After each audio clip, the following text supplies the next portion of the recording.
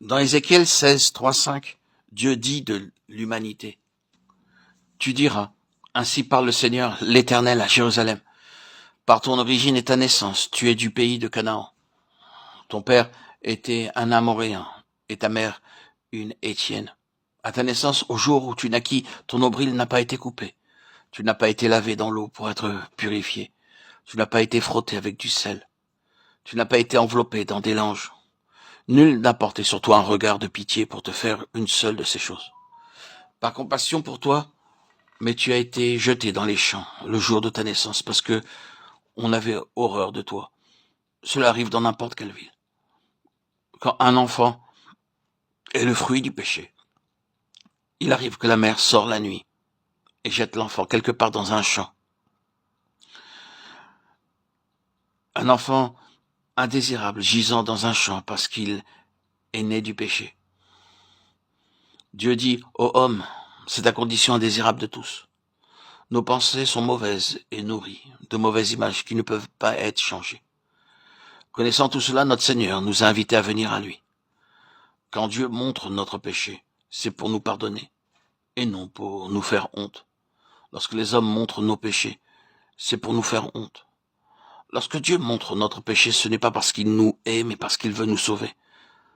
Par exemple, lorsque nous allons chez le médecin, il doit avant tout diagnostiquer exactement la maladie. Il peut même passer une semaine en disant différents tests pour découvrir la nature de la maladie. Alors seulement, il peut être sûr. La parole de Dieu montre clairement et pleinement que notre condition est celle de pécheur, parce qu'il veut nous pardonner, nous transformer, faire de nous de nouvelles personnes. Il est préférable de confesser à Dieu notre condition que de vivre dans les ténèbres, mourir dans la honte et souffrir pour l'éternité. Lorsque Dieu commence à vous montrer ces choses en vous, ne pensez pas que Dieu essaie de vous juger. Il vous aime. Le Seigneur dit dans Jean 3, 17, Dieu en effet n'a pas envoyé son Fils dans le monde pour qu'il juge le monde, mais pour que le monde soit sauvé par lui. Il n'essaie pas de vous montrer votre condition comme il la voit pour vous condamner, mais pour que vous puissiez être sauvés, pardonnés, lavés, purifiés et transformés, et recevoir une nouvelle vie et que vous viviez éternellement. C'est la raison pour laquelle Dieu aime l'homme. Voyez-vous d'abord tel que vous êtes et ne vivez pas sous de faux semblants. Le diable fait tout pour nous tromper. Nous pouvons dire, je ne suis pas si mauvais, je suis un pécheur, mais pas trop mauvais. Que vous ayez commis un péché ou 100, le résultat est le même. Vous pouvez prendre une goutte de poison ou même le verre plein. Vous mourrez quand même. Le contact d'une main sale sur un blessé peut entraîner la mort. Il y a de nombreux cas comme ça dans les hôpitaux. Une infirmière par négligence, par des mains sales, peut entraîner la mort d'un malade. De la même manière, même une pensée pécheresse est suffisante pour provoquer la souillure. Vous n'avez pas besoin de commettre le péché pour être souillé et devenir pécheur. Par la parole de Dieu, nous savons que même une pensée coupable ou une idée peut corrompre et souiller notre être entier, et ainsi nous empêcher d'entrer dans le royaume de Dieu. Mais grâce soit rendue à Dieu. Il y a un moment par lequel nos péchés sont pardonnés et nos vies pleinement transformées. Si un homme est en Christ, il est une nouvelle créature.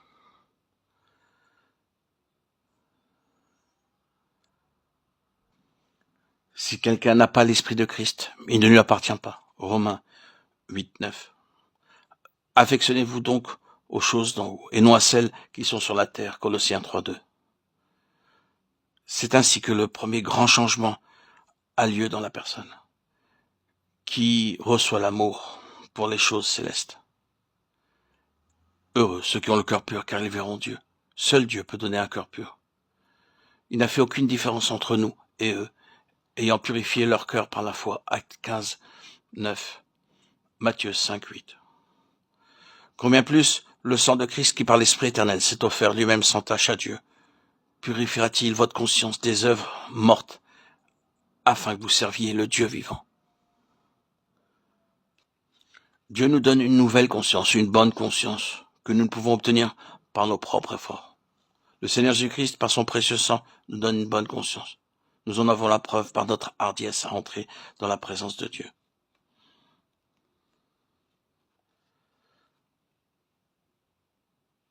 Approchons-nous donc avec assurance du trône de la grâce, afin d'obtenir miséricorde et de trouver grâce pour être secourus dans nos besoins.